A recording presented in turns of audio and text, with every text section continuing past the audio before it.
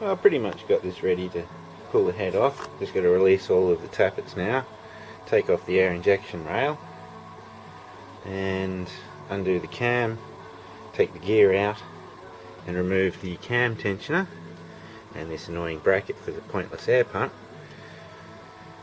Now I can pretty much take it off. I lined it up to top dead center on number 1 and I kind of noticed that the timing seems off. Like there's the timing mark there.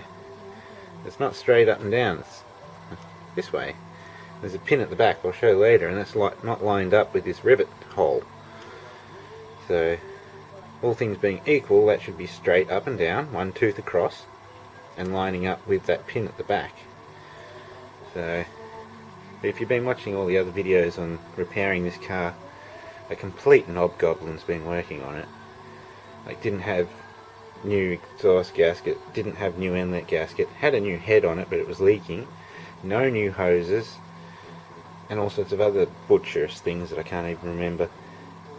But if you watch the videos, what is it, 5M-E repairs, you'll see what this knob-goblin's done to this car.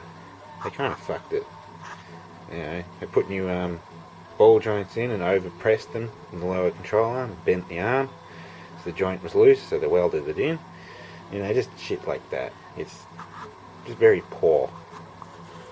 And they gassed the air conditioning without fixing the leak, you know, stuff like that. And there's a very obvious leak on the compressor. So, just silliness. Oh, and another obvious leak at the front here. So I put a new O-ring in and I think it stopped it leaking. I should have washed it down when I did the job, but it was one of those quick jobs. Well, here we go. This just shows it's the top dead center down the bottom there. It's on number 1. You can see that number 1's on compression. But you can see the timing mark on this is off center. Like one tooth back. And if you have a look back here, there's the little lug, that pin there. And you can see it doesn't line up with the hole, which is one tooth back. So this cam seems to be one tooth retarded. So that'll probably explain why this thing just never had brilliant power. It felt like it would, but then it just wouldn't get there, if you know what I mean. Like it couldn't even pull a burnout. No matter how much you floored it, it just couldn't do it. So that would probably explain it. Well, I got the head off. I found out why it blew. The knob goblins, it appears as though they reused the old head gasket, put copper gasket spray on it and stuck it down, and that's it. Because that gasket looked older than the head by far, and it was all coming apart and blowing here at number 6, and it was blowing between most of the cylinders as well, as you can see there and there. This one looked alright. I think it was blowing there as well. It seemed to be leaking here, just everywhere really. So it's going to be fun cleaning this deck up if I do it, because number 6 has got a bit of a staining issue, but there's no pitting and you can't feel anything. With a bit of inox, the rings should be set free. Hopefully they're not seized. I'll probably have to go over it with some emery cloth and deglaze these bores and clean up this one, because you can see that ring, because coolant would have sat in there and stained it. Let's have a close-up. Well, number 6 has definitely seen better days, but if you run your finger around that bore, you can't feel a thing at all. No pitting, no rusting, it's just stained like that. So I might clean it up with some emery paper, give it some hone marks again basically, and hopefully she comes good, because it ran pretty smooth. Well, it ran perfectly smooth once running. So might take a gamble, we'll see. But the rest of the pots are glazed, so I'll have to clean them up a bit with emery paper too, and just give them a few honing marks as such. So yes.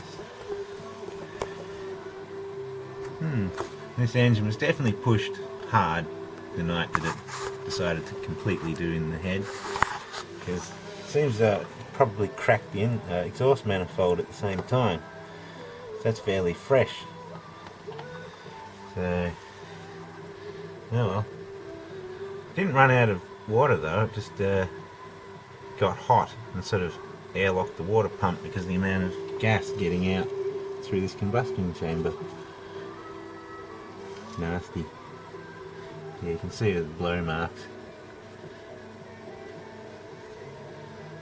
That one's alright. That one's blowing. Oh well, we'll see what happens. That one there's the oily cylinder by the looks of it. So I'll have to check that bore out too. Well, with a head that appears fairly new, yeah, they didn't use any new gaskets that I can tell. The exhaust manifold gasket was leaking like a bitch there, and a bit at the back, so it's falling apart. You can see where the gasket failed here, it's just pissing through. Not the happiest thing. So if I go ahead with fixing this engine, I'll send the head out and get it all tested, see how cooked it got. So if the head's absolutely fried, it probably means the bottom end's a bit cooked. So we'll see. But we can see the gasket's seen better days. Especially up this end. It's just completely come apart. And I just don't believe that this gasket is as old, or as new as this head, let's say. It's just falling to pieces.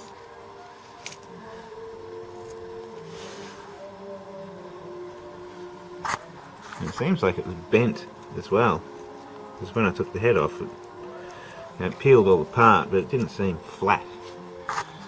So, either, who knows? Who really knows? It just seems old and rooted.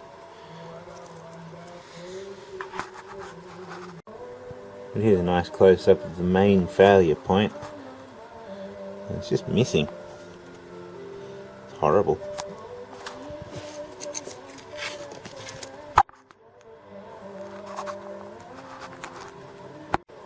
And here's the inlet and exhaust gaskets, which definitely seem older than this head. You can see the inlet gasket's just manky and was starting to leak as well. The coolant into the inlets. Pretty terrible. Just horrid. Absolutely horrid. An exhaust gasket, which also seems older than the head. It's all coming apart. Leaking over here a lot. Leaking over here even more. Just falling to pieces. Oh well. But yeah, if you watched all the videos of me fixing up this car beforehand, you can see that the quality of work done to it was fairly poor, to put it one way. Now, I just noticed that all these pistons seem to have scratches in them, which is a bit of a bad thing because that can cause a hot spot in the scratch. It makes sharp edges glow and cause pre-ignition or detonation. I don't know if you can see it in this one, but it's just up the front there. One scratch. This piston's got two scratches. 1, 2. Cylinder 1, cylinder 2. This one I cleaned up a bit and you can lightly see 3 scratches. 1, 2, 3. Number 4, it's got 4 scratches. 1, 2, 3, 4. Number 5's got 5 scratches. So, number 6, there's 6 scratches. So I'd say some idiot has scratched the tops of the pistons to number them. So that makes me think that this could have been re-ringed before. Not honed though, because why would they be so glazed? But that's terrible. That is probably one of the worst things I've ever seen. Scratching tops of pistons to number them. That's just bad. Oh well.